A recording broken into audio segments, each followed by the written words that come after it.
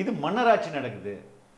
ஒரு ஒரு ஒரு பிறப்பாலேயே ஒருத்தர் வந்து முதல்வராகிறத நம்ம ஏற்றுக்கொள்ள முடியாது அப்படின்றாரு. 2026 பிறப்பால் ஒருவர் முதல்வரானார் என்பது நடக்கக்கூடாதுன்ற விஷயத்தை ஆதவர்ஜுன் அவர்கள் பளிச்சென்று பேசியது தான். நான் இதெல்லாம் ரொம்ப வரவேற்ற அம்சங்கள். அவர் சொல்வது தான் சரி.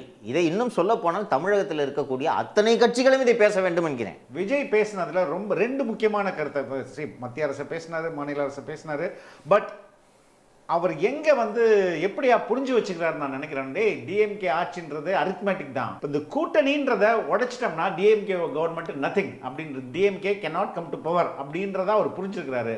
சரியான ஒரு அணுகுமுறை, சரியான மதிப்பீடு என்று நான் பார்க்கிறேன். இருமாப்புடன் 200 அவங்க கனிமொழி இருமாப்புடன் 200 வாங்குவோன்னு சொல்றாங்க. அவங்க நம்பிக்கையை வெளிப்படுத்துகிறார்கள். இல்ல, விஜய் சொல்றாரு இருமாப்போட நீங்க 200 வாங்குவோன்னு சொல்றீங்களா, உடைச்சு காட்டுறேன் அப்படின்றதான் அவர் சொல்லுவார். இது உடைக்க முடியும். அண்ணா திராவிட முன்னேற்ற கழகம், தமிழக வெற்றி கழகம், பாட்டாளி மக்கள் கட்சி, இது 3 பேர் சேர்ந்து அந்த கூட்டணி வீழ்த்த முடியாதா? ஆப்வியஸா வெற்றி தொடச்சு போட்டுருவாங்க. சொல்லட்டுமா, தொடச்சு போட்டுருவாங்க. திருமா மேல ஒரு மிகப்பெரிய பிரஷரை தூக்கி திமுக வைக்கிறதா அப்படிதான் விஜயும் சொல்றாரு. என்னானாலும் சரி, என்னை எவ்வளவு அவமானப்படுத்தினாலும் சரி, நான் அங்கே தான் இருப்பேன். புருஷன் குஷ்டு டெய்லி வந்து அடிப்பான். அந்த பெண் எவ்வளோ அடியாக இருந்தாலும் வாங்கிக்கிட்டு எனக்கு இவரை விட்டா வேற என்ன கதி, நான் போய் எங்கள் அப்பா வீட்டில் இருக்க முடியுமா, எனக்கு இவர் தான், எவ்வளோ குஷ்டு அடித்தாலும் பரவாயில்ல புருஷன் அப்படின்ட்டு இருப்பாங்கல்ல. கிட்டத்தட்ட திருமாவளவன் அந்த நிலையில் இருக்கார். ஒரு புத்தக வெளியிட்டு விடாயா? என்ன பகவத்கீதையா வெளியிடுறாங்க? நான் கேட்குறேன், பகவத்கீதையை வெளியிட்டா கூட எப்போ அது சனாதன புத்தகம் பாது, நான் போக மாட்டேன்ட்டு சொல்லலாம். அம்பேத்கர் புத்தகம் உங்களை வாசலில் நிற்க வச்சு 2 சீட் எடுத்துகிட்டு ஓடுன்ட்டு தானே உங்களை ட்ரீட் பண்ணுறாங்க.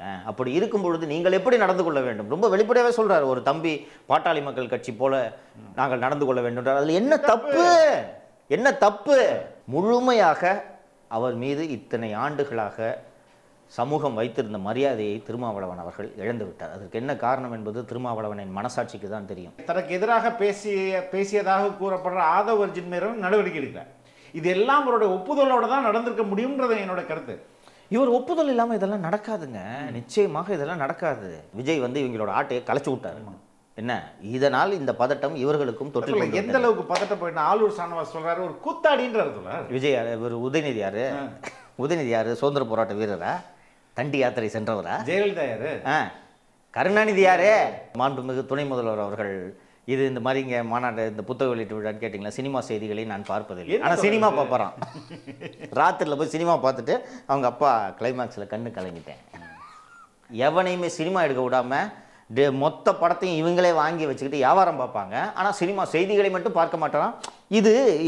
இதுக்கு பின்னாடி கொஞ்சம் சைக்கோ அனாலிசிஸ் பண்ணி பார்த்தீங்கன்னா இவர்களோட பதற்றம் வெளியாகிறதா இல்லை? இப்போ விஜயோட இந்த முயற்சினால திருமாவளவனுடைய மதிப்பீடு அதிகமாக இருக்குல்ல, அவருடைய முக்கியத்துவம், அவருடைய திருமாவளவனோட பார்கெனிங் கெப்பாசிட்டி, இது எல்லாமே அதிகரிச்சிருக்கு. இது எதுவுமே எனக்கு வேண்டான்றாரு. இது எதுவுமே எனக்கு வேண்டாம். நான் திராவிட முன்னேற்ற கழகத்தின் ஒரு அங்கம். என் கணவரிடமிருந்து என்னை பிரித்து விடாதீர்கள். நீங்கள் உங்களோடு சேர்ந்தால், உங்களோடு நான் பேசினாலே, உங்களை பார்த்தாலே என் கணவர் என்னை சந்தேகப்படுகிறார். அதனால தானேங்க நீங்க உங்களை அது வந்து பெருசா பாதிக்கல, உங்க கூட்டணி உறுதியா இருக்குன்னா கம்முன்னு இருங்க. புத்தக வெளியிட்டு எதுக்குங்க தாலி எடுத்து பார்த்து என் புருஷன் உயிரோடு இருக்காரு, என் புருஷன் உயிரோடு இருக்காரு 10 வாட்டி சொல்லிட்டு இருக்கீங்க ஒரு நாளைக்கு. அவன் கூட்டணி உறுதியா இருக்குன்னா சரி இருக்கட்டு, வச்சுட்டு போங்க. விஜய் முதல்வராகும் கனவு என்பது லாட்டரி விழுவது போன்றது அப்படின்னு சொல்றாரு. அந்த லாட்டரிக்காரங்கிட்ட பணத்தை வாங்கி தானேங்க இவங்க எலெக்ஷனே சந்திச்சாங்க. மாட்டின்கிட்ட பணம் வாங்காத கட்சியே கிடையாதுங்க. ஒரு கட்சி பாக்கி இல்லாம வாங்கியிருக்கு. இவங்க இடதுசாரிகள் திமுக 25 கோடி வாங்கினாங்கன்னா என்ன திமுக பாக்கெட்ல இருந்து எடுத்து கொடுத்துச்சு, மாட்டிட்ட வாங்கி கொடுத்துச்சியா? யோக்கிய மாதிரி பேசுறீங்க. அதையும் சொல்ல, மார்டினுக்கும் திமுக உள்ள கனெக்ஷனே சொல்ல. கனெக்ஷன் நீங்க பேசி தானே ஆகணும். ஒயிட்லேயே இவ்வளவு கொடுத்துருக்காருன்னா 1150 கோடி கொடுத்துருக்காரு சபரீசன்ட்ட, தெரியுமா? மார்டின் சபரீசனுக்கு கொடுத்த தொகை மட்டும் 1150 கோடி ரூபாய் 21 தேர்தலுக்கு. அதையும் வாங்கி வச்சுட்டு விரட்டி விட்டாங்க ஆதவர்ஜுன். அப்புறம் சும்மா விடுவாரா? உங்க கூட்டணிக்கு வேட்டு தான் வைப்பாரு. ஆதவர்ஜுன் தான் யாரு? அவரை பத்தி என்கிட்ட கேட்குறீங்க? சேகர் பாபு. ஆதவர்ஜுன் யார் என்பது சபரீசனிடம் சென்று கேளுங்கள், தெரியும். 550 கோடி வாங்கியிருக்கிறீங்களே, ஒயிட்லேயே வாங்கியிருக்கிறீங்களே, உங்களுக்கு அப்போது தெரியலையா மார்டின் யார், ஆதவர்ஜுன் யார் என்பது அப்போது உங்களுக்கு தெரியவில்லையா? இது திமுகவோட டிஎன்ஏலே இருக்கிறது இந்த துரோக புத்தி. திரும்ப உண்மையிலேயே லீடராக இருந்தாருன்னா ஆதவர்ஜுனும் நீக்கணும். ஏன் ஆதவர்ஜுன் பொருத்தமில்லாத இடத்தில் பேசுகிறாருன்னு சொல்லிட்டு திரும்ப மீண்டும் கிட்டத்தட்ட மன்னிப்பு கேட்கும் துணியில் பேசுறாருங்க. ஆதவர்ஜுன் நம் கட்சியின் கொள்கைகளை பேசுகிறார், நமது லட்சியத்தை பேசுகிறார், நமது கனவை பேசுகிறார், நமது எதிர்காலத்துக்காக பேசுகிறார் என்பதெல்லாம் திருமாவளவனுக்கு தெரியும். ஆனால் இதையெல்லாம் புரிந்து கொண்டு ரெண்டில் ஒன்று தாங்க நீங்கள் ஸ்டாண்ட் எடுக்க முடியும். நீங்கள் ஆதவர்ஜனுக்கும் நல்லவராக இருந்துக்கிட்டு திமுகவுக்கும் நல்லவரெல்லாம் இருக்க முடியாது. இன்னும் சிம்பிளாக சொல்ல போனோம்னா யோக்கியனுக்கு திமுக என்ன வேலை நான் கேட்குறேன். வணக்கம். வணக்கம். அம்பேத்கர் அனைவருக்குமான தலைவர் நூல் வெளியீட்டு விழா. அது திருமாவுக்கு மட்டுமல்ல, சொல்லுங்க. அனைவருக்குமான தலைவர் திருமாவுக்கு மட்டுமல்ல, சொல்லுங்க. ஒவ்வொரு ஆஸ்பெக்டா பேசணும். நீங்க ஸ்டார்ட். ஃபர்ஸ்ட் ஆதவர்ஜுன்லேருந்து ஆரம்பிக்கலாம். 2000 கோடி மதிப்புள்ள புரளுகிற ஒரு திரைத்துறையை ஒரு குடும்பமே கண்ட்ரோல் பண்ணுது. இது ஜெயலலிதாவும் சொன்னது, ஆதவர்ஜுன் மறுபடியும் சொல்றாரு. அதற்கு அடுத்தது என்ன சொல்றாருன்னா, இது மன்னராட்சி நடக்குது. ஒரு பிறப்பாலேயே ஒருத்தர் வந்து முதல்வராகிறத நம்ம ஏற்றுக்கொள்ள முடியாது அப்படின்றாரு. சாதியம் இங்க வேரூன்றி இருக்கு. திராவிட ஆட்சியில தான் சாதியம் வேரூன்றி இருக்கு. இரண்டாவது, நம்ம வந்து பிஜேபின்றது 2%, மதவாதம்ன்றது இங்கே 2%. அதை நம்ம எப்பயோ அகற்றிட்டோம். ஆனால் ஊழலை நம்ம கடந்து போகிறோம். ஊழலை நம்ம வந்து ஒத்துக்க முடியாது அப்படின்ற மாதிரியான ஆதவர்ஜுன் பேச்சு பயங்கர சர்ச்சையை ஏற்படுத்திருக்கு. அவருடைய பேச்சை பற்றி உங்களுடைய கருத்து என்ன? ஐ was very impressed. Very impressed. எனக்கு ஆதவர்ஜுனோட ஸ்பீச்சு ராவாக இருந்துச்சு. ஆமாம். எல்லோரும் பேச தயங்கும் விஷயங்களை ஆதவர்ஜுன் போட்டு உடைச்சிட்டார் அப்படின்ட்டு நான் ஃபீல் பண்ணுறேன். இது வந்து எல்லோருக்குமே மனதில் இந்த விஷயங்கள் ஓடிக்கொண்டிருக்கின்றன. 2000 கோடி புரளக்கூடிய ஒரு இண்டஸ்ட்ரியை ஒரு குடும்பம் கண்ட்ரோல் பண்ணிகிட்டு இருக்குதுன்றது நம்மளை விட இண்டஸ்ட்ரியில் உள்ளவங்க அத்தனை பேருக்கும் நல்லா தெரியும். பொலிட்டீஷியன்ஸ் எல்லாருக்கும் தெரியும். நேரடியாக ரெட் ஜெயண்ட் வெளியிடும் திரைப்படங்கள் விஜய்க்கும் நல்லா தெரியும். விஜய்க்கு ரொம்ப நல்லா தெரியும். விஜய் அதனால் பாதிக்கப்பட்டவர்ன்றது இதில் ரொம்ப முக்கியம். நேரடியாக ரெட் ஜெயண்ட் பிக்சர்ஸ் என்ற பெயரில் வந்து பெரிய பேனர் படங்கள் வரும். கமல் படம், ரஜினி படம். இப்போ அடுத்து விடாமுயற்சி பொங்கலுக்கு ரெட் ஜெயண்ட் தான். ஓரளவுக்கு கதையம்சம் உள்ள வெற்றி பெறக்கூடிய திரைப்படங்களையும் இவர்கள் தான் வெளியிடுகிறார்கள். அதெல்லாம் வந்து பார்த்தீங்கன்னா ரெட் ஜெயண்ட்னு தெரியக்கூடாதுன்னு சொல்லிட்டு ரோமியோ பிக்சர்ஸ்னு ஒன்று வச்சுருக்காங்க, செண்பகமூர்த்தி. இது அடுத்தது ராகுல்னு ஒரு திரைப்பட நிறுவனம் நடத்தி வருகிறார். அதன் மூலமாகவும் திரைத்துறையை கண்ட்ரோல் பண்ணுறாங்க. இது எல்லோருக்கும் தெரிந்த விஷயங்களாக இருந்தாலும் யாராவது ஒருவர் இதை பேசணும். இன்னைக்கு முழுக்க திராவிட முன்னேற்ற கழக உறுப்பினராக மாறியுள்ள திருமாவளவனே ஒரு திரைப்பட நிகழ்ச்சியில் இதை பேசினார் என்பது உங்களுக்கு நினைவு இருக்கும். அன்றைக்கி பெரிய ஆரவாரம் எழுந்தது. ஒரு இசை வெளியீட்டு விழான்னு நினைக்கிறேன். ஒரு நிறுவனம் இண்டஸ்ட்ரியை கண்ட்ரோல் பண்ணக்கூடாதுன்னு அவர் பேசினார்.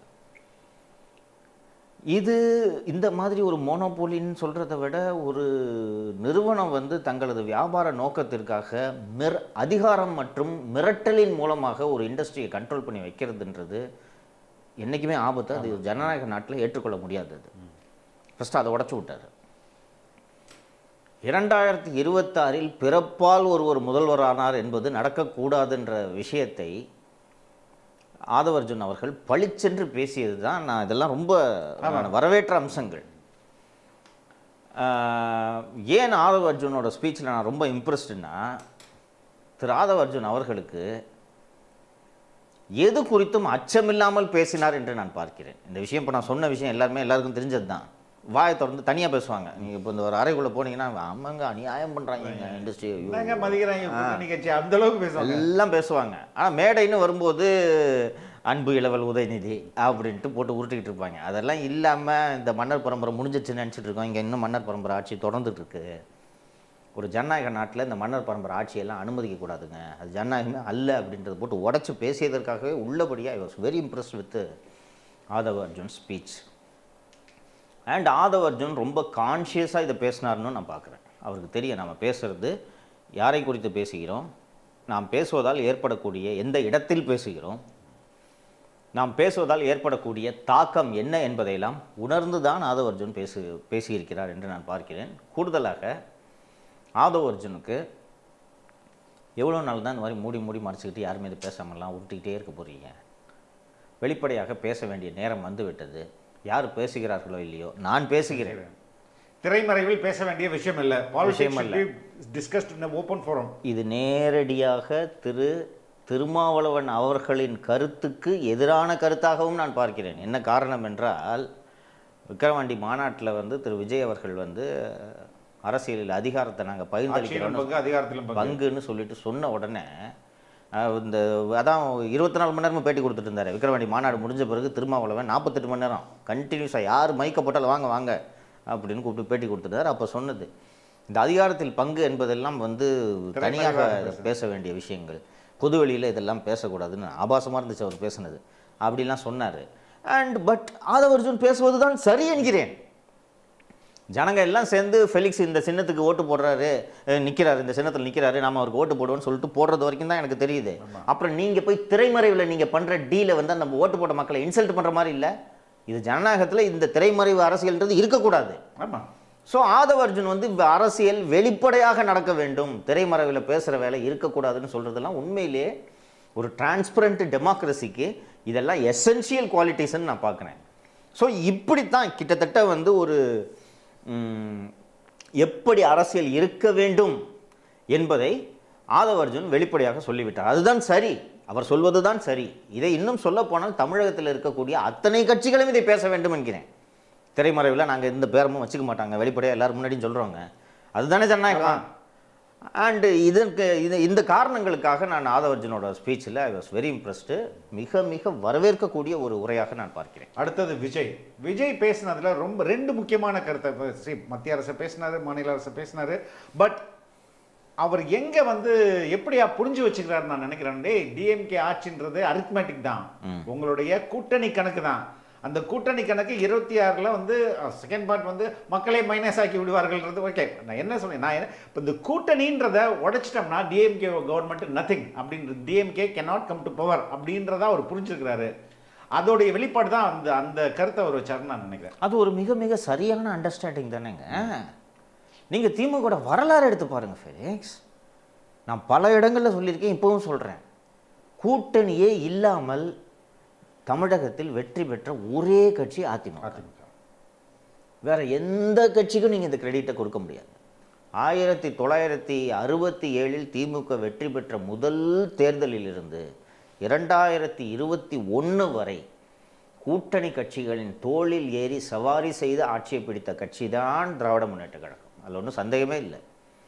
ஸோ நீங்கள் போட்டிருக்கக்கூடிய இந்த கூட்டணி கணக்குகள், இந்த கூட்டணி உறுதியாக இருக்கிறது. இந்த கூட்டணி கணக்குகளின் அடிப்படையில் தான் நாங்கள் 200க்கும் அதிகமான இடங்களில் வெற்றி பெறுவோம் என்று நீங்கள் சொல்கிறீர்கள். மக்கள் அதை தவிடுபொடி ஆக்குவார்கள் என்று திரு விஜய் அவர்கள் சொன்னது சரியான ஒரு அணுகுமுறை, சரியான மதிப்பீடு என்று நான் பார்க்கிறேன். இருமாப்புடன் 200 அவங்க கனிமொழி இருமாப்புடன் 200 வாங்குவோன்னு சொல்றாங்க. அவங்க நம்பிக்கையை வெளிப்படுத்துகிறார்கள். இல்ல, விஜய் சொல்றாரு இருமாப்போட நீங்க 200 வாங்குவோன்னு சொல்றீங்களா, உடைச்சு காட்டுறேன் அப்படின்றது தான் அவர் சொல்லுவார். இது உடைக்க முடியும், இது நிச்சயம் உடைக்க முடியும். விஜய் வந்து உடைக்க முடியும் என்ற நம்பிக்கையோடு இதை சொல்கிறார். நேற்று நம்ம நிகழ்ச்சியில் கூட நான் சொல்லியிருந்தேன், ஒரு ஹைப்போத்தட்டிக்கலாக ஒரு சுச்சுவேஷனை யோசிச்சு பார்ப்போம். இன்றைக்கி இதே கூட்டணி, திராவிட முன்னேற்ற கழக கூட்டணி எந்த பிசுறும் இல்லாமல் இப்படியே தொடர்கிறது என்று ஒரு வாதத்தை வைத்துக்கொள்வோம். இந்த கூட்டணி உடையாது என்ற அடிப்படையில் தான் திமுகவினர் எங்களை 26ல் வீழ்த்தவே முடியாது என்று சொல்லி கொண்டிருக்கிறார்கள். இப்போது ஒரு ஹைப்போத்தட்டிக்கலாக ஒரு சுச்சுவேஷனை சொல்கிறேன். அண்ணா திராவிட முன்னேற்ற கழகம், தமிழக வெற்றி கழகம், பாட்டாளி மக்கள் கட்சி, இது 3 பேர் சேர்ந்து அந்த கூட்டணி வீழ்த்த முடியாதா? ஆப்வியஸாக வெற்றி தொடச்சு போட்டுருவாங்க. சொல்லட்டுமா, தொடச்சு போட்டுருவாங்க. இது ஒன்றும் அப்படி வீழ்த்த முடியாத கூட்டணி இல்லை. இன்னொன்று 5 வருஷம் ஆன்டி இன்கம்பன்சி நீங்கள் சுமக்கணும். இன்னொன்று after 2006 this is becoming the most unpopular government in the state. தமிழக வரலாற்றிலேயே மிக நாட் ஒன்லி அன்பாப்புலர், ஒரு ஒருங்கிணைவு இல்லாத ஒரு அரசாக இந்த அரசு இருந்து கொண்டு இருக்கிறது. இன்னும் இருக்கக்கூடிய இப்போவே இவ்வளோ அன்பாப்புலாரிட்டினா வரக்கூடிய ஒரு வருட காலத்தில் மிக மோசமான ஒரு அரசாக இந்த அரசு மாறப்போகிறது. ஸோ இதை உடச்சி போடுறதுலாம் ஒன்றும் பெரிய விஷயமே கிடையாதுங்க. யாராலும் வீழ்த்த முடியாத சக்தியாக இருந்த ஜெயலலிதாவெல்லாம் பலமுறை இந்த மக்கள் வீழ்த்தி காட்டலையா? அண்டு திராவிட முன்னேற்ற கழகமே பலமுறை தோல்விகளை சந்தித்தது இல்லையா? அதனால் இதெல்லாம் மக்கள் முடிவு பண்ணிட்டாங்கன்னா இதெல்லாம் உடச்சி போட்டுருவாங்க அப்படின்னு சொல்லிட்டு திரு விஜய் அவர்கள் சொன்னது சரியான மதிப்பீடு என்று நான் பார்க்கிறேன். விஜய் அவர்கள் எப்படி பார்க்குறாருன்னா, இந்த கூட்டணி நம்பர்ஸை வச்சுக்கிட்டு நாங்கள் என்ன வேணாலும் பண்ணுவோம், இந்த நம்பர்ஸ் எங்கள் கூட இருக்கிறதுனால நாங்கள் என்ன வேணாலும் பண்ணுவோம், எங்களை ஒன்றுமே பண்ண முடியாதுலாம் நீங்கள் நினச்சிட்டு இருக்காதீங்க. மக்கள் மைனஸ் ஆக்கிடுவாங்கன்னு அவங்க சொல்கிறது. நாங்கள் இந்த பக்கம் ஒரு வலுவான ஒரு கூட்டமைப்பை ஏற்படுத்தணும்னா மக்கள் எதை தேர்ந்தெடுப்பார்கள் என்பது எல்லோருக்கும் தெரியும் என்ற அடிப்படையில் தான் அவர் சொல்லியிருக்காரு. அது சாத்தியம் தான், அதில் ஒன்றும் எந்த விதமான சந்தேகமும் எனக்கு இல்லை. திரும்ப தொடக்கத்திலேருந்து, அதாவது ஒரு 2 வாரத்துக்கு முன்னாடின்னு நினைக்கிறேன், நான் ஏன் விஜயோடு அந்த மேடையில் பகிரப்போகிறேன், அந்த மேடையை பகிரப்போகிறேன்றது ஒரு அறிக்கை. ஒரு 6 பக்கம் அறிக்கை. அதுக்கப்புறம் இப்போ ஒரு நாளிதழ குற்றம் சொல்லி விகடன குற்றம் சொல்லி அது வந்து ஒரு 11 பக்கம் அறிக்கை. அதில் ஏன் நான் பங்கேற்கலன்ட்டு அதில் ஒரு சொல்கிறதெல்லாம் ரொம்ப முரணாகவே இருக்குது. அரசியல் எதிரிகளோடு அப்படின்ற மாதிரி நான் இணையிறது நல்லா இருக்காதுன்னா அப்புறம் இந்த பக்கம் ராஜபக்ஷ ஏங்க போய் பார்த்தீங்க அப்படின்னு அப்படிலாம் உருட்டுறாங்க. திருமா மேலே ஒரு மிகப்பெரிய ப்ரெஷரை தூக்கி திமுக வைக்கிறதா அப்படிதான் விஜயும் சொல்கிறார். இதே அரங்கத்தில் தான் நான் சொன்னேன், திருமா மீது நான் நம்பிக்கை இழந்து விட்டேன்ட்டு. இல்லைங்க, நீங்கள் அப்படிலாம் நம்பிக்கை இழக்காதீங்கன்ட்டு நீங்கள் தான் சொன்னீங்க. இன்றைக்கும் நான் சொன்னதான் சரின்ட்டு இன்றைக்கி இருக்குது. இன்னொன்று இன்றைக்கி ஒரு படி கூடுதலாக சொல்கிறேன். திருமாவளவனை ஒரு மாபெரும் ஆளுமையாக நான் தான் தவறாக மதிப்பீடு செய்து விட்டேனோ என்ற ஐயம் எனக்கு ஏற்படுகிறது. அவர் வந்து இதுவரை தமிழகத்தில் உதித்த தலித் தலைவர்கள் போல் அல்லாமல் தலித் சமூகத்துக்கு அதிகாரத்தை உள்ளபடியே வாங்கி தரக்கூடிய ஒரு தலைவராக திருமாவளவன் அவர்கள் உருவெடுத்திருக்கிறார். அவர் அப்படி இருப்பார் என்ற நம்பிக்கையில தான் நான் தொடர்ந்து அவர் மீது நம்பிக்கை வைத்துக் கொண்டிருந்தேன். இன்று திருமாவளவன் அவர்களின் நடவடிக்கைகள் என்னுடைய நம்பிக்கை முழுக்க தவறான நம்பிக்கை என்பதை நிரூபிக்கும் வகையில் தான் இது இருக்கிறது. நீங்கள் சொன்னது போலவே அவர் முரண்பாடாக பேசுவது எல்லாம் ஒரு புறம் வச்சுக்கிட்டாலும் தலித்துகளுக்கு அதிகாரம் வேண்டும்ன்றது அவர்கள் கட்சியின் அடிப்படை கொள்கை. அது வேணுங்கன்ட்டு ஆதவர்ஜன் சொன்னார்னா அதை பேச வேண்டிய நேரம் இதுவல்ல. உடனே அது கிடைக்காது, பின்னாடி எப்பயாவது கிடைக்கும்னா பிச்சை அங்கே போடுறாங்க. நான் கேட்குறேன், ஒரு கட்சி தலைவர் மாதிரி பேசுகிறீங்க நீங்கள். அதுக்கு உரிமைகள் என்பது பெற வேண்டியது, கெஞ்ச வேண்டியது இல்லை. இதை நீங்கள் புரிஞ்சுக்கணும். எடுத்துக்க வேண்டியது யாரும் கொடுக்க வேண்டியதில்லை. நீங்கள் கெஞ்சிக்கிட்டே இருந்தீங்கன்னா கடைசி வரைக்கும் உங்களுக்கு அது கிடைக்காது. அண்டு திரு ஆதவர்ஜன் அவர்கள் பேசும்போது மதவாதம் 2% தான், சாதி இங்கே அதிகமாக இருக்குதுன்னு சொல்கிறாரு. திருமாவளவனால் ஒரு பொது தொகுதியில் இன்றைக்கும் போட்டியிட முடியல தானேங்க. அதை எதிர்த்து தானேங்க திருமாவளவன் போட்டிடணும். 2 தொகுதி எனக்கு ஒதுக்குறேன்னா ஒன்று ரவிக்குமாருக்கு விழுப்புரத்தை ஒதுக்கிட்டு எனக்கு சிதம்பரம் வேண்டாம் வேறு எங்கேயாவது ஒதுக்குன்ட்டு நீங்கள் கேட்கணும். நீங்கள் தாங்க கேட்கணும். இல்லை, கடந்த முறை ஒரு பொது தொகுதி கேட்டாங்க, பொது தொகுதி தரல, கொடுக்கல. அப்போ அவங்களா பார்த்து எது கொடுத்தாலும் வாங்கிக்கிறேன்னு சொல்கிறது ஒரு தலைவர் பேசும் பேச்சு கிடையாது. அது மட்டும் இல்லை தலைவர், இதுக்கு அடுத்த நாள் நேற்று ஒரு நூல் வெளியீட்டு விழா அங்கே நடந்தது.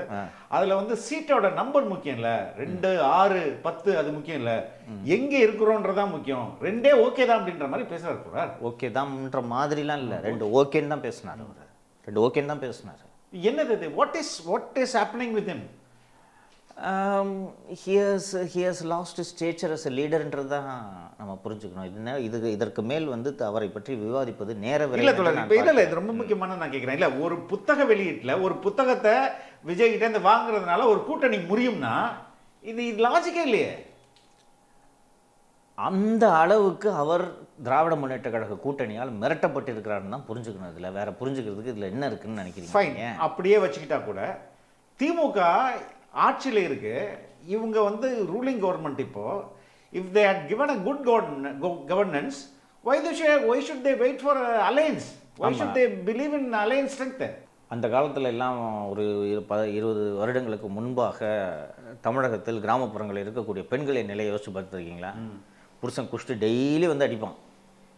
அந்த பெண் எவ்வளோ அடியாக இருந்தாலும் வாங்கிக்கிட்டு எனக்கு இவரை விட்டால் வேறு என்ன கதி, நான் போய் எங்கள் அப்பா வீட்டில் இருக்க முடியுமா, எனக்கு இவர் தான், எவ்வளோ குஷ்டு அடித்தாலும் பரவாயில்ல புருஷன் அப்படின்ட்டு இருப்பாங்கல்ல. கிட்டத்தட்ட திருமாவளவன் அந்த நிலையில் இருக்கார். என்னானாலும் சரி, என்னை எவ்வளோ அவமானப்படுத்தினாலும் சரி, நான் அங்கே தான் இருப்பேன் அப்படின்னு ஒரு நிலைப்பாடு எடுக்க. இன்னொன்று, அவர் கூடவே இருக்கக்கூடிய அவரது கட்சியை சேர்ந்த அவரது கட்சியில் நிர்வாகியாக இருக்கக்கூடியவர் எங்களுக்கு அதிகாரம் வேண்டும்னு கேட்குறாரு. அவர் இந்த மாதிரி அதிகாரம், அதுவும் எனக்கு அதிகாரம் வேணும்னு கேட்குறது தப்புங்க. சரி, நீங்கள் கேளுங்க, நானும் கேட்க மாட்டேங்க, அவரும் கேட்கக்கூடாதுங்க. அப்போ என்ன தாங்க முடியும்? எங்களுக்கு அதிகாரமே வேணாங்க, அதுவாக கிடைக்குங்க பின்னாடி அப்படின்ற ஒரு நபர் எப்படி தலைவராக இருக்கு? ஆனால் இதை தான் முழக்கமாகவே வைக்கிறாரு. இப்போ ஒரு சில ஆண்டுகளுக்கு முன்பு கூட இதை தான் இப்போ மக்கள் நல கூட்டணி நேரத்தில் கூட இனி வரும் காலங்களில் அதிகார பகிர்வு மட்டுமே கூட்டணி அப்படின்றத பேசியவர். நாம் இத்தனை நாட்களாக திருமாவளவன் மீது மிகை மதிப்பீடு வைத்திருந்தோம் என்று தான் நாம் புரிந்து கொள்ள வேண்டும். அவ்வளோதான். இனிமேல் அவரை பற்றி பேசுவதற்கு ஒன்றுமில்லை. காலம் எப்படி தகுதியற்றவர்களை ஒதுக்கி தள்ளிவிட்டு போகுமோ அதே போல் திருமாவளவனையும் ஒதுக்கி தள்ளிவிட்டு போய்விடும். திருமாவளவன் நான் இந்த கூட்டணியில் உறுதியாக இருக்கிறேன், இந்த கூட்டணியை விட்டு வெளியே வரவே மாட்டேன் என்று இவர் என்று சொல்லி கொண்டிருக்கிறாரே, திருமாவளவன் மட்டும்தான் அந்த கூட்டணியில் இருப்பார். விடுதலை சிறுத்தைகளின் தொண்டர்கள் அவர்களுக்கான சரியான பாதையை தேர்ந்தெடுத்து விட்டு போய்கொண்டே இருப்பார்கள். அவங்களுக்கு ஆப்ஷன் இருக்குது. திரும்ப நினைக்கிறாரு எனக்கு ஆப்ஷன் இல்லை, அது டிஎம்கே விட்டா எனக்கு ஆப்ஷன் இல்லை. அதுவும் இது என்னங்க பேச்சு? இந்த புத்தக வெளியீட்டு விழாவே சனாதன சக்திகளின் சதின்னு சொல்றது என்னங்க வார்த்தை? யார் விஜய் சனாதன சக்தி? விஜய் சனாதன சக்தியா? ஆதவ அர்ஜுன் சனாதன சக்தியா? அப்ப ஆதவ அர்ஜுன் அம்பேத்கர் சனாதன சக்தியா? ஒரு புத்தக வெளியீட்டு விழாயா? என்ன பகவத்கீதையா வெளியிடுறாங்க? நான் கேட்குறேன், பகவத்கீதையை வெளியிட்டா கூட எப்போ அது சனாதன புத்தகம் பாது நான் போக மாட்டேன்ட்டு சொல்லலாம். அம்பேத்கர் புத்தகம். இன்றும் சொல்லப்போனால் அந்த வேடன் குழுமம் நடத்திய அந்த பிரம்மாண்ட விழாவின் மூலமாக அம்பேத்கர் அத்தனை பேரின் வாயிலும் உச்சரிக்கப்படுவதை நினைத்து திருமாவளவன் அவர்கள் பெருமைப்பட்டிருக்க வேண்டும். வேடன் குழுமத்திற்கு நன்றி கூறியிருக்க வேண்டும். ஏன் விஜய் கூட மேடையில் ஏறினீங்கன்னா செத்து போயிருவீங்களா நீங்கள்? நான் கேட்குறேன். எனக்கு விஜய் கூட இருக்கிறதுல சங்கடம் இல்லை, ஆனால் அந்த நேரம் இந்த சூழல் அப்படின்னா அப்படி என்னங்க நீங்கள் கடமைப்பட்டிருக்கிறீர்கள் திராவிட முன்னேற்ற கழகத்திற்கு. உங்களை ரொம்ப கண்ணியமாகவும் கௌரவமாகவும் நடத்தி நீங்கள் கேட்கும் பொது தொகுதிகளை நாங்கள் தருகிறேன் என்று திராவிட முன்னேற்ற கழகம் நடத்தியிருந்தால் கூட நான் இதை புரிந்து கொள்வேன். பாருங்கள், மற்ற கட்சியிலலாம் எங்களுக்கு மரியாதை இல்லை, இவங்க எங்களுக்கு மரியாதை நடத்துகிறாங்க, நாங்கள் கேட்குற சீட்டை தர்றாங்கட்டு வச்சுக்கலாம். உங்களை வாசலில் நிற்க வச்சு 2 சீட்டை எடுத்துகிட்டு ஓடுன்ட்டு தானே உங்களை ட்ரீட் பண்ணுறாங்க. அப்படி இருக்கும் பொழுது நீங்கள் எப்படி நடந்து கொள்ள வேண்டும்? ரொம்ப வெளிப்படையாகவே சொல்கிறார் ஒரு தம்பி, பாட்டாளி மக்கள் கட்சி போல நாங்கள் நடந்து கொள்ள வேண்டும்ன்றார். அதில் என்ன தப்பு? என்ன தப்பு? இன்றைக்கு வரைக்கும் எங்களுக்கான உரிமைகளை கொடு என்று தானே திரு ராமதாஸ் அவர்கள் இன்று உறுதியோடு நிற்கிறார். நாங்கள் போராட்டம் நடத்துவோம், எங்கள் உரிமையை மீட்டு பெறுவோம்ட்டு அவர் இருக்கிறாரு. இல்லைங்க எங்கள் உரிமையை அவங்களா பார்த்து கொடுக்கட்டுங்கன்னு சொல்கிறீங்கன்னா இருவரில் யாரை தலைவராக பார்ப்பார்கள் மக்கள்? அந்த புரிதல் கூட எனக்கு இல்லை. எங்களுக்கு அம்பேத்கர் வழிகாட்டி சீட்டுக்காக நாங்கள் பேசலைன்னா நீங்கள் தேர்தல் எதுக்கு போட்டுட்டீங்கன்னு நான் கேட்குறேன். என்றைக்கு எங்களுக்கு முக்கியம் இல்லைன்னு சொல்கிறீங்கல்ல, எதுக்கு உங்களுக்கு சீட்டு? வெளியில் இருந்து ஆதரவு கொடுங்கன்னு சொன்னால் ஒத்துப்பீங்களா நீங்கள்? அவர் நிலை குலைந்து விட்டார். இந்த நிலையிலிருந்து திரும்ப மீண்டு எழுவது என்பது சாத்தியமல்ல. முழுமையாக அவர் மீது இத்தனை ஆண்டுகளாக சமூகம் வைத்திருந்த மரியாதையை திருமாவளவன் அவர்கள் இழந்து விட்டார். அதற்கு என்ன காரணம் என்பது திருமாவளவனின் மனசாட்சிக்கு தான் தெரியும், நமக்கு தெரியாது. ஆனால் விஜய் சொல்கிறார் திருமாவளவன் மனசாட்சி இப்போ எங்கள் கூட தான் இருக்கும், நம்ம கூட தான் இருக்குன்ட்டு. அதை விஜய் அந்த கேள்விக்கு பதில் ஆமாம் விஜயோட மனசாட்சி என் கூட தான் இருக்குதுன்றாரு. அவர் நேரத்துக்கு ஒரு பேச்சு பேசுகிறாருங்க. இல்லை இப்படி பாருங்க, ஆதவ அர்ஜுன் ஒரு துணை பொதுச் செயலாளர். திருமாவை நேரடியாக பேசுவதோ தொடர்பு கொள்வதோ ரொம்ப எளிது. இப்படி ஒரு நிகழ்ச்சி நடக்க போகிறது ஓராண்டுக்கு முன்பே இப்போ ஒவ்வொரு கட்டமாக நடத்திட்டு இருக்குது. இப்போ அவர் நினச்சா ஏப்பா இதை வேணாம்ப்பா பண்ணாதீங்கன்னு சொல்லியிருந்துக்கலாம். இப்போ பண்ணாதீங்க இது பிரச்சனையாகட்டும், அதையும் தடை செய்யலை. விஜய் விஜய் எதுக்குப்பா நீ கூப்பிட்ற வேணாம்ப்பா, அதையும் தடை செய்யலை. தன்னுடைய இப்போ தனக்கு எதிராக பேசியதாக கூறப்படுற ஆதவ அர்ஜுன் மேலும் நடவடிக்கை எடுக்கல. இது எல்லாம் அவருடைய ஒப்புதலோடு தான் நடந்திருக்க முடியும்ன்றது என்னோட கருத்து. இவர் ஒப்புதல் இல்லாமல் இதெல்லாம் நடக்காதுங்க, நிச்சயமாக இதெல்லாம் நடக்காது. அண்டு விக்கிரவாண்டி மாநாட்டுக்கு பிறகு விகடன் குழுமம் வந்து ஏன் விஜயை வரவேணான்னு சொல்லலைன்னு கேட்குறது, இதெல்லாம் என்னங்க லாஜிக்? இதெல்லாம் ஆர்கியூமெண்ட்டாங்க. ஒரு தலைவர் பேசக்கூடிய பேச்சா அது? ஃபஸ்ட்டு நான் ஏற்கனவே நம்ம நிகழ்ச்சியில் தான் சொல்லியிருந்தேன் நான், நீங்கள் எதுக்கு விஜயோட உங்களை ஒப்பிட்டுக்கிறீங்க? அவர் வேறு பாதையில் பயணிக்கிறார், நீங்கள் வேறு பாதையில் பயணிக்கிறீர்கள். அவர் திரைப்பட நடிகர், நீங்கள் ஒரு ஸ்காலர், லட்சக்கணக்கான தலித் மக்களின் எழுச்சி நாயகன். நீங்கள் போய் அவரோட உங்களை ஒப்பிட்டுக்கிறீங்க.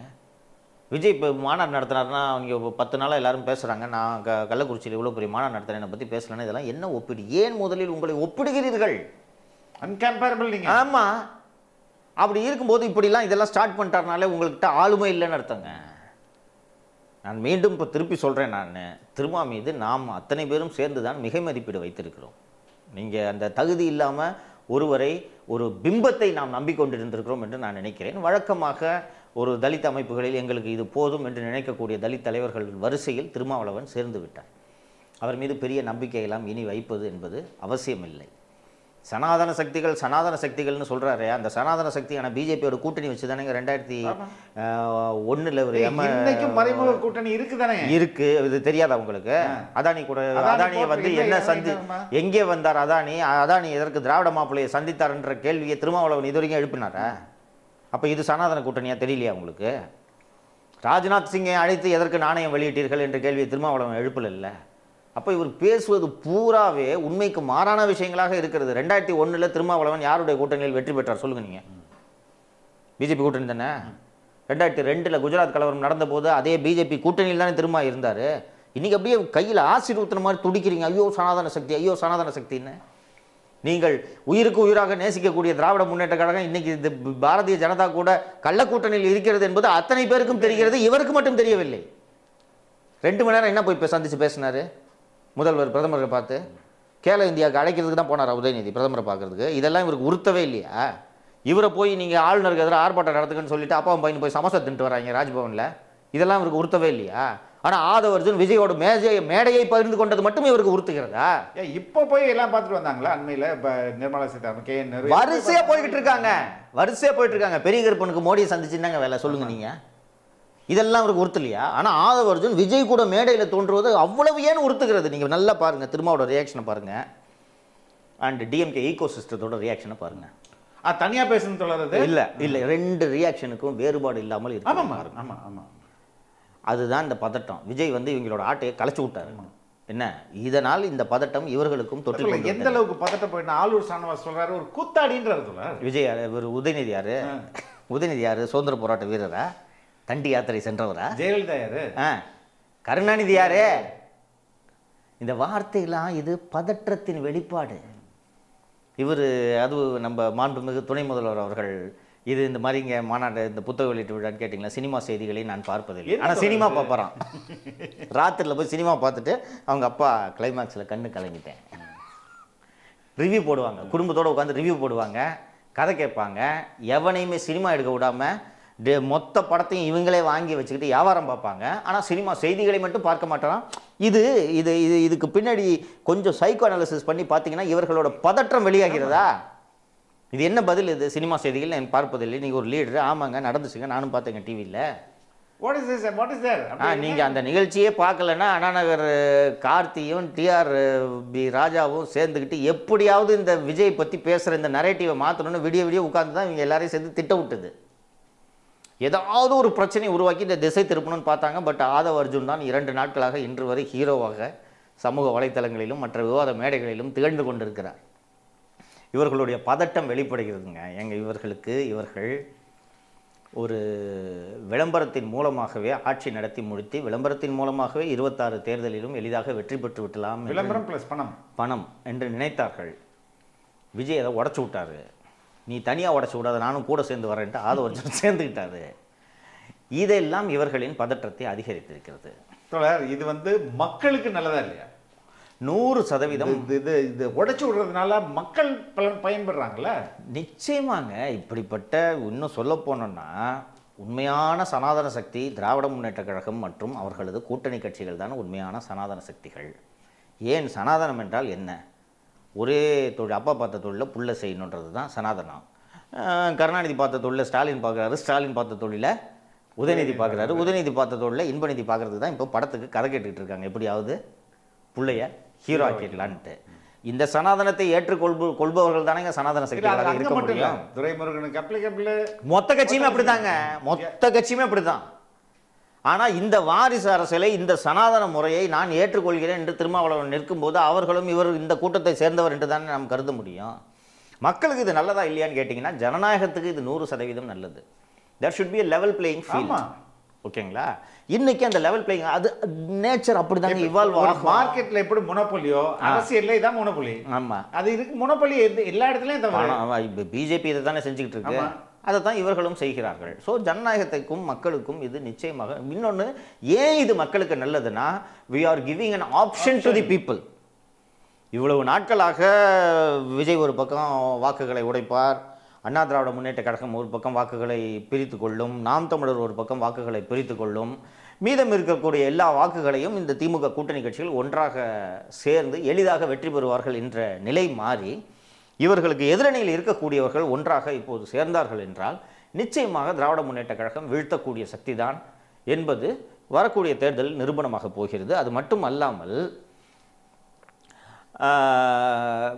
100% நாம் வெற்றி பெற்று விடுவோம், அதிமுகவை எப்படியாவது பலவீனப்படுத்தி விடலாம், இவர்களால் ஒன்று சேரவே முடியாது என்று நினைத்திருந்த போது புதிதாக விஜய் என்ற ஒரு சக்தி தோன்றி உங்களை வீழ்த்துவதற்கு நான் எந்த எல்லைக்கும் செல்வேன் என்பதை இன்று பகிரங்கமாக அறிவித்துள்ளார். அதுவும் இவர்களின் இந்த அச்சத்திற்கும் கலவரத்திற்கும் காரணமாக இருக்கிறது. இது மக்களுக்கு நல்லது. நீங்கள் கடந்த கால வரலாறுகள் எல்லாவற்றையும் எடுத்து பார்த்தால் தமிழ்நாட்டில் திமுக எதிர்ப்பு வாக்குகளின் எண்ணிக்கை தான் அதிகம். அந்த எதிர்ப்பு வாக்குகள் சிதறியதன் காரணமாக தான் 2021 இவர்களால் வெற்றி பெற முடிந்தது. திமுக அதிமுக இரண்டுக்கும் 3.5% தான் வேறுபாடு என்பது 21 தேர்தலிலேயே தெரிந்துவிட்டது. ஸோ ஜனங்களுக்கு இன்றைக்கி ஒரு ஆப்ஷன் கிடைக்கும் போது ஆட்டோமேட்டிக்காக திமுக தூக்கி போட்டுட்டு போயிட்டே இருப்பாங்க. விஜய் என்ன நினைக்கிறாரு அப்படின்னா, தாவேகா, அதிமுக, விடுதலை சிறுத்தை இது 3 இருந்தால் போதும், அதுக்கு அடுத்தது தேமுதிக. பிகாஸ் விஜயகாந்த் அந்த இது கொஞ்சம் ஒர்க் அவுட் ஆகும். இந்த 4 கட்சி இருந்தால் வி கேன் வின் அப்படின்றாரு. ஏன் அப்படி நான் சொல்கிறேன்னா, he never blamed ADMK. ADMK is also corrupt party. ஆனால் அதை அந்த பக்கம் அந்த கண்ணு கூட அந்த பக்கம் திரும்பல. அப்போது தொடர்ச்சியாக திருமாவளவனை டார்கெட் பண்ணுறாரு.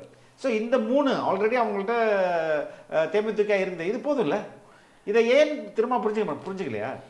இது இந்த இந்த காம்பினேஷன் பர்ஃபெக்ட்டா இல்லை. நீங்கள் அந்த அளவுக்கு டீப்பாக திங்க் பண்ணலைனாலும் கூட திரும்ப விஜயோட என்ட்ரியை எப்படி பார்த்துருக்கணும்னா, முதல் முறையாக அதிமுக திமுக அல்லது இரு கட்சிகளை விட்டால் நமக்கு வேறு வழியே இல்லை என்ற நிலை இருந்தது. சிறு கட்சிகள் எல்லாம் ஒன்றாக சேர்ந்து மக்கள் நல கூட்டணி என்ற ஒரு முயற்சியை முன்னெடுத்து அந்த முயற்சி பெரும் தோல்வியில் முடிந்தது. இன்று இன்னொரு பரீட்சார்த்த முயற்சி செய்வதற்கு ஒரு வாய்ப்பு கிடைத்திருக்கிறது. அந்த வாய்ப்பு திரு விஜய் அவர்கள் வழியாக வந்திருக்கிறது.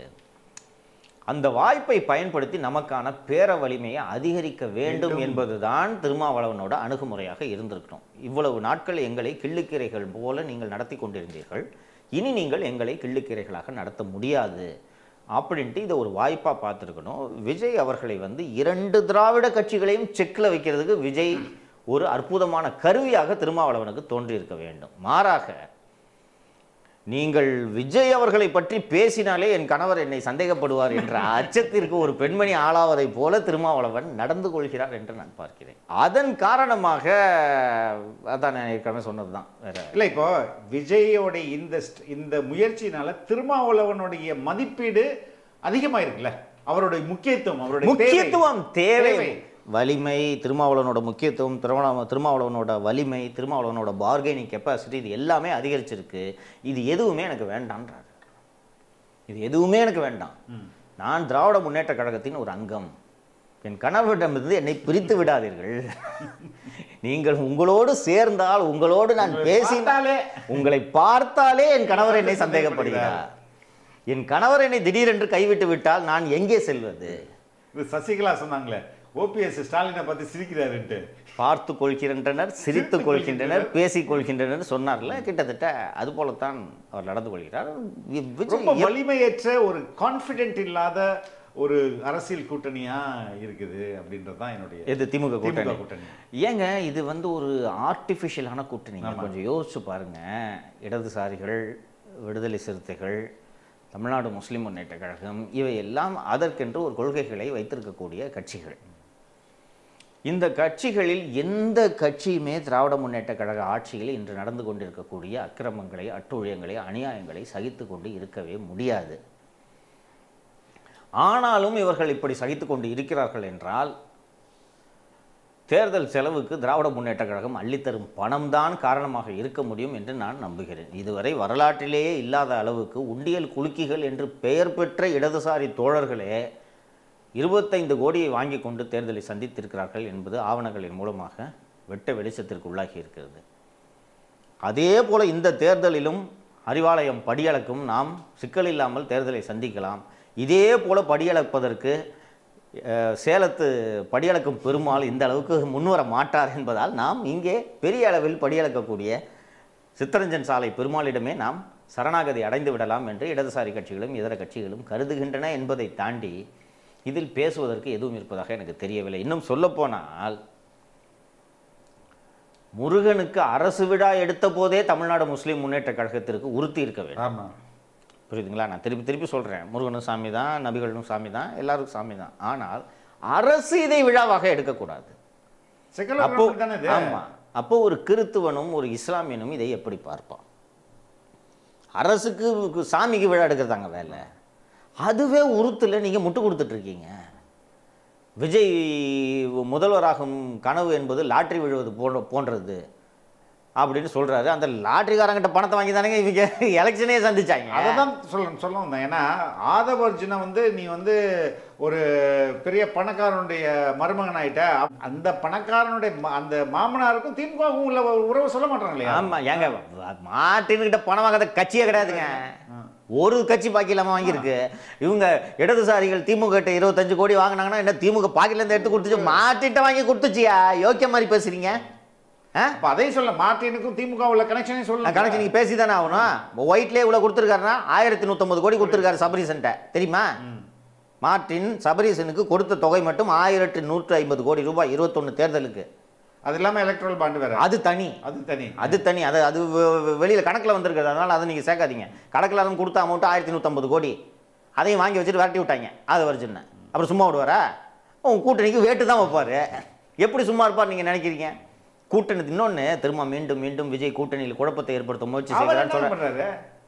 அது ஒரு வேலை, ரைட்டு. ஒரு அரசியல்வாதியோட வேலை இது. நீங்கள் பாட்டுக்கு ஒரு கூட்டணியை வச்சுக்கிட்டு மீண்டும் மீண்டும் தமிழகத்தை ஏமாற்றி நீங்கள் சம்பாரிச்சுக்கிட்டே போயிட்டு இருப்பீங்க. அந்த கூட்டணி உடைக்கக்கூடாதா? உடைக்கிறது தானேங்க அரசியல். விஜய் சினிமா ஹீரோவாக இருந்தவர் இன்று அரசியல் தலைவராக உருவெடுத்து விட்டார். அப்போது அவர் அரசியல் செய்யாமல் எப்படி சும்மா இருப்பார்? உடைக்க தான் பார்ப்பார். மேடையிலேயே நான் அதிகாரத்தை பகிர்ந்தளிக்கிறேன் என்று விஜய் அறிவித்ததே கூட்டணி உடைய வேண்டும் என்பதற்காகத்தான். அதில் என்ன சந்தேகம்? அனைவருக்கும் அதிகாரம்னு நீங்கள் முழக்கத்தை வச்சிருக்கீங்க. அந்த அதிகாரத்தை நான் தரேன் என் கூட வான்னு சொல்லிட்டு கூப்பிடுறதுல என்னங்க தப்பு? வேற எப்படி அரசியல் செய்ய வேண்டும் விஜய் என்று திருமாவளவன் எதிர்பார்க்கிறார்? ஏங்க இத்தனைக்கும் உங்க பிறந்த நாளுக்கு உங்கள்கிட்ட பேசியிருக்கிறாரு, ஃபோன் பண்ணி விஜய் பேசுறாரு திருமாவளவன் பிறந்த நாள் அன்னைக்கு.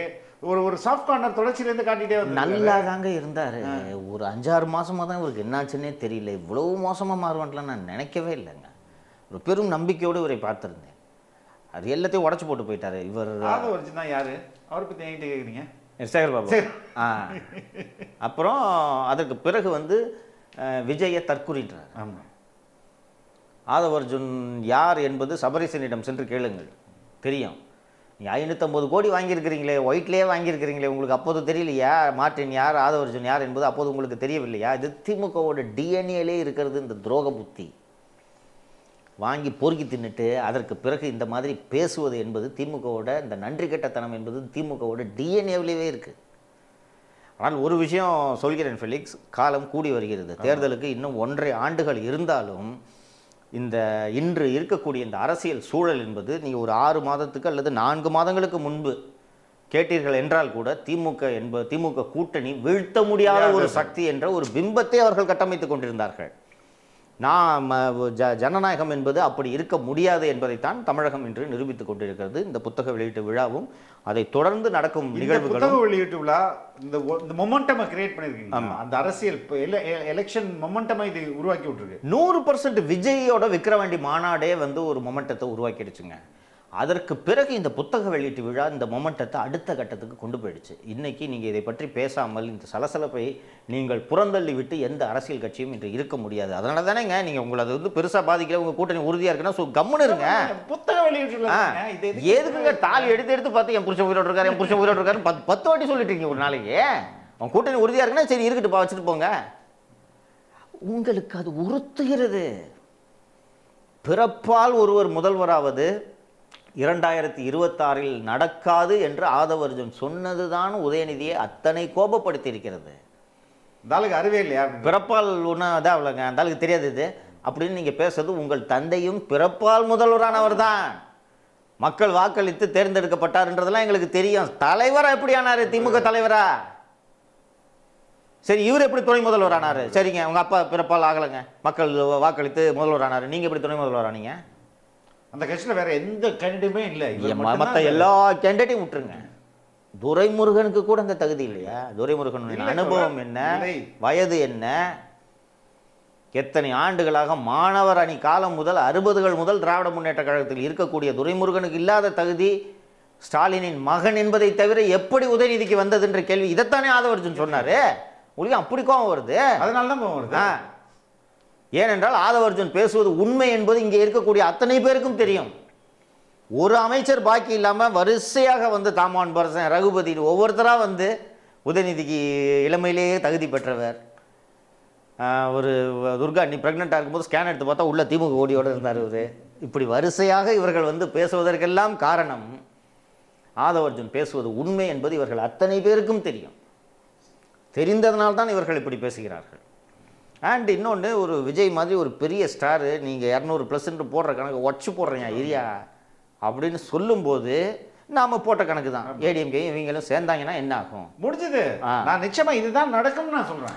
அதை நோக்கி தாங்க போகுது, அதை நோக்கி தான் போகுது. நீங்கள் உங்களை வீழ்த்தவே முடியாது என்ற இருமாப்பில் தானேங்க நீங்க இவ்வளவு பேரையும். அவங்களோட ஆப்ஷன் என்ன sir, we are calling you வாங்க அப்படின்னு திருமாவுக்காக வெயிட் பண்ணுவாங்க. வரலையா போங்க, நாங்கள் பிஎம்கே கூப்பிட்டு போயிட்டே இருக்கோம், அவ்வளோதான். ஏங்க இதை இதை இதை ஒரு அரசியல் கட்சி செய்வது தானே இயல்பு.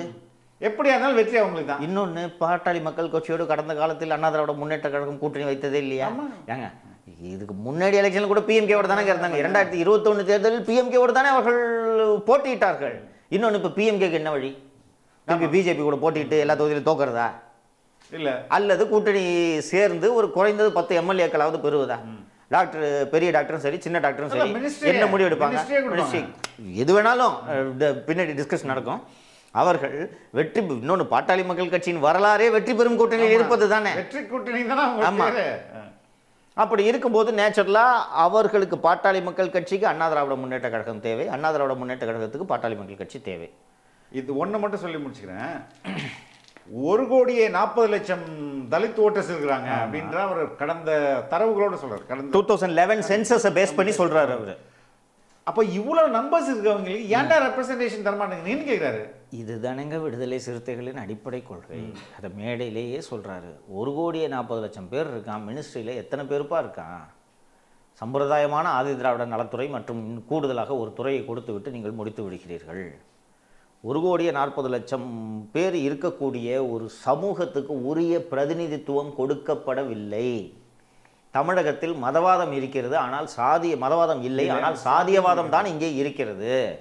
அதன் காரணமாகத்தான் 1,40,00,000 எண்ணிக்கையோடு வலிமையாக இருக்கக்கூடிய ஒரு சமூகத்துக்கு எவ்விதமான அங்கீகாரமும் கிடைக்கவில்லை. அந்த அங்கீகாரத்தை நான் பெற்றுத்தருவதற்காக நாம் அத்தனை பேரும் சேர்ந்து உழைக்க வேண்டும். இதைத்தான் அம்பேத்கர் சொல்கிறார் அப்படின்னு ஆதவர்ஜுன் பேசினார்னா அவரை கட்சி விட்டு நீக்கிறேன்னா நீங்க எதுக்கே கட்சி நடத்துறீங்க? அவங்களே ரெண்டா உடஞ்சிருக்காங்க. இப்போ விசிகேவே ஒரு பக்கம் அவர் துரோகி, அவன் நீங்க சொன்ன மாதிரி பார்ப்பன கைக்குள்ளி அப்படிலாம் சொல்லி ஒட்டைக்கிறது ஒரு பக்கம், ஆதரவு ரொம்ப சிலர் அடிமட்ட தொண்டர். திருமாவோட நெருக்கடியை நான் சொல்றேன். திருமா உண்மையிலேயே லீடரா இருந்தாருன்னா ஆதவர்ஜுனும் நீக்கணும். ஏன் கட்சி கட்டுப்பட்ட மீறி ஒருத்தர் இப்படி பேசினு வேடிக்கை பார்த்துட்டு இருக்கீங்க? அப்ப நீங்க என்ன லீடரு? நான் தான் பேசணும்னா நான் தான் பேசணும். அதை நீங்க சொல்லணும்ல. ஆதவர்ஜுன் பொருத்தமில்லாத இடத்தில் பேசுகிறாருன்னு சொல்லிட்டு திரும்ப மீண்டும் கிட்டத்தட்ட மன்னிப்பு கேட்கும் துணியில் பேசுறாருங்க. இன்னைக்கு திருப்பி எங்க பார்த்தாலும் கூப்பிட்டு மைக்குன்னு பார்த்தானா விளக்கம் கொடுக்க போய் நின்றுறாரு. அவர் ஏர்போர்ட்ல வேற ஏதோ ஒருத்தர் சினிமா நடிகர் வரான்னு மைக்க பிடிச்சிட்டு இருக்காங்க. வாங்க வாங்க வாங்க நான் விளக்கம் கொடுக்குறேன். அது ஆதவர்ஜுன் பேசியது தவறு. நடவடிக்கை பண்ணி எடுப்போம். பேசிக்கிட்டு இருக்கோம். எப்போ எடுப்பி பேசிக்கிட்டு இருக்கோம் ஏரியா அப்படின்னு இவரா போய் வழக்கம் கொடுத்துட்டு இருக்காரு. அப்போ நீங்கள் உண்மையிலேயே நீங்கள் ஒரு லீடராக இருந்தீங்கன்னா ஆதவர்ஜுனன் மீது நீங்கள் நடவடிக்கை எடுத்தே தீர வேண்டும். ஆனால் திருமாவின் மனசாட்சி ஆதவர்ஜுன் பேசியது சரி என்பதை புரிந்து கொள்கிறது. திருமாவுக்கு நல்லா தெரியும் ஆதவர்ஜுன் நம் கட்சியின் கொள்கைகளை பேசுகிறார், நமது லட்சியத்தை பேசுகிறார், நமது கனவை பேசுகிறார், நமது எதிர்காலத்துக்காக பேசுகிறார் என்பதெல்லாம் திருமாவளவனுக்கு தெரியும். ஆனால் இதையெல்லாம் புரிந்து கொண்டு ரெண்டில் ஒன்று தாங்க நீங்கள் ஸ்டாண்ட் எடுக்க முடியும். நீங்கள் ஆதவர்ஜுனுக்கும் நல்லவராக இருந்துக்கிட்டு திமுகவுக்கும் நல்லவரெல்லாம் இருக்க முடியாது. இன்னும் சிம்பிளாக சொல்ல போனோம்னா யோக்கியனுக்கு திமுக என்ன வேலை நான் கேட்குறேன். இவ்வளோ முளை மாதிரி தானே பண்ணிட்டு இருக்காங்க. எல்லாத்துக்கும் சேர்த்து அவர்கள் செய்யும் பாவத்துக்காக திருமாவளவன் ஏன் சிலுவை சுமக்க வேண்டும்ன்றது தான் என்னுடைய ஆதங்கம். திருமாவளவன் ஒரே ஜஸ்டிஃபிகேஷன் இங்கே மதவாதம் உள்ள வந்துருந்தான். அதை இப்ப என்னப்பா விஜயும் மதவாதத்தை நான் எதுக்குறேன்றதை வெளிப்படையா சொல்லிட்டாருங்க. எந்த அரசியல்வாதி எந்த அரசியல் தலைவர் மேடையில் வெளிப்படையாக மணிப்பூர் 10 எரியுது அங்க பிரதமர் போகாதது போல இங்க வேங்கவேலுக்கு நீங்க போலன்ட்டு எந்த தலைவர் பேசியிருக்கிறார்? திருமாவுக்கு அது ஓப்பானதாக இல்லையா? ஏதாவது ஒரு இடத்துல இல்லைங்க மோடிஜி நல்லவருங்கன்ட்டு எங்கேயாவது ஒரு இடத்துல விஜய் பேசினாரா? அப்போ உங்களுக்கு என்ன பிரச்சனை? நீங்கள் எதிர்க்கும் மதவாதத்தை நானும் எதிர்க்கிறேன் என்று விஜய் அவர்கள் சொல்கிறார். என்னோட கரம் கோருங்கள். என்ன தப்பு இந்த அழைப்பு விடுக்கிறதுல? இன்னும் சொல்ல போனால் விஜய் அவர்கள் ஏங்க உண்மையிலே நாம தாங்க மதவாதத்தை இருக்கிறோம். அந்த மதவாதிகளோடு ரகசிய கூட்டணி வைத்திருக்கக்கூடிய ஒரு கூட்டணியில் நீங்கள் இருக்கிறீர்கள். வாருங்கள், உண்மையாக நாம் மதவாதத்தை எதிர்ப்போம், கூடுதலாக சாதியவாதத்தையும் சேர்த்து எதிர்ப்போம்னு சொல்றாரு. இவ்வளவு தூரம் கூட்டணியில நீங்க இருக்கிறீங்க. அந்த கூட்டணியில ஒரு பொது தொகுதியை கூட ஒதுக்க மாட்டேங்கிறான். நீ அவங்க கூட சேர்ந்துக்கிட்டு எப்படி சாதிய ஒழிப்புன்ட்டு விஜய் கேள்வி எழுப்புறாரு. அது உங்களுக்கு ஏன் அவ்வளவு வருத்தமாக இருக்கிறது? அப்போ திமுக கூட சேர்ந்துட்டு நீங்க சாதி ஒழிக்க போறீங்களா? எப்படி முடியும்? வாய்ப்பே இல்லை. திமுகன்றதே சாதியவாத கட்சி தான். மோலியார் கட்சியை ஆரம்பிச்சிச்சு. இன்னைக்கு இதர ஆதிக்க சாதிகள் எல்லா தொகுதியில் நிறுத்துற வேட்பாளர்கள் உட்பட கொடுக்கப்படுகிற அமைச்சர்கள் உட்பட எல்லாருமே அந்தந்த காஸ்ட் ஈக்குவேஷன்ல தான் ஓகே பண்றீங்க.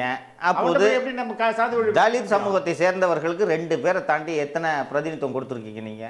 இதே மற்ற சமூகங்களை எடுங்க, கவுண்டர் சமூகத்தை எடுங்க, முக்கோல்தர் சமூகத்தை எடுங்க, அவங்களுக்குலாம் எவ்வளவு பிரதிநிதித்துவம்? ரெட்டியார் எடுங்க, அவங்கலாம் எவ்வளவு நம்பர்ஸ்? ரொம்ப கம்மியான நம்பர்ஸ். நீங்க எதுக்கு அண்ணன் நேருவை பத்தி பேசுறீங்க? நீங்க ஏற்கனவே ஒரு ரொம்ப வருத்தத்தில் இருக்காது, தூக்கிட போறாங்க என்ன. ஸோ இப்போ உரிய பிரதிநிதித்துவம் கொடுக்கப்படவில்லை என்பது உண்மைதான். ஸோ அந்த அதிகாரத்துக்காக ஒருத்தர் பேசுகிறாரு, எனக்கு அதிகாரமே வேணான்னு உட்கார்ந்துருக்கக்கூடிய நபரை வைத்துக்கொண்டு நாம் இனி விவாதிப்பது பொருள் அல்ல அப்படின்ட்டு தான் நான் பார்க்குறேன். திரும்ப எடுத்திருக்கக்கூடிய இந்த தவறான நிலைப்பாட்டுக்காக அது என்ன காரணன்றது அவருக்கு தான் தெரியும். இந்த தவறான நிலைப்பாட்டுக்காக அவர் கடுமையாக வருந்துவார் என்பது மட்டும் எனக்கு துளியும் சந்தேகம் இல்லை. இப்போ அவர் உறுதியாக இருக்கிறார். நான் என் கூட இருக்கிற இந்த எம்எல்ஏங்க 2 பேர் இருப்பாங்கல்ல, அதுவும் ஒரு ஆதரவு பேசிகிட்டு இருக்கும்போதே என்னென்ன ட்ரோல் பண்ணுறாங்கன்றீங்க, கூத்து அடின்றாங்க, இதுன்றாங்க, அதுன்றாங்க, எல்லாம் பண்ணுறாங்க. அவர்கள் மட்டும்தான் திமுக கூட்டணியில் இருப்பார்கள். விடுதலை சிறுத்தை தொண்டர்கள், தலித்துகளுக்கு அதிகாரம் கிடைக்க வேண்டும் என்று நினைக்கக்கூடிய விடுதலை சிறுத்தை தொண்டர்கள் ஆதவ அர்ஜுனோடு தான் செல்வார்கள். ரொம்ப ரொம்ப நன்றி. வணக்கம்.